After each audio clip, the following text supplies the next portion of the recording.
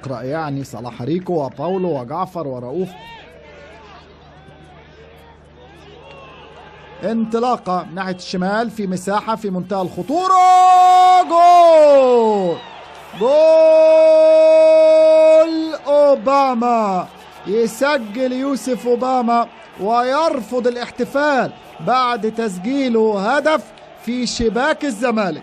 الاتحاد السكندري والكابتن مختار مع الظروف الصعبة ومع خروج 2 لاعبين للإصابة وخسر تبديلين، لكن مع ذلك الاتحاد يتماسك. وبقول لكم بقاله فترة حوالي 10 دقايق الآن متفوق وبدأ يتواجد في نص ملعب نادي الزمالك.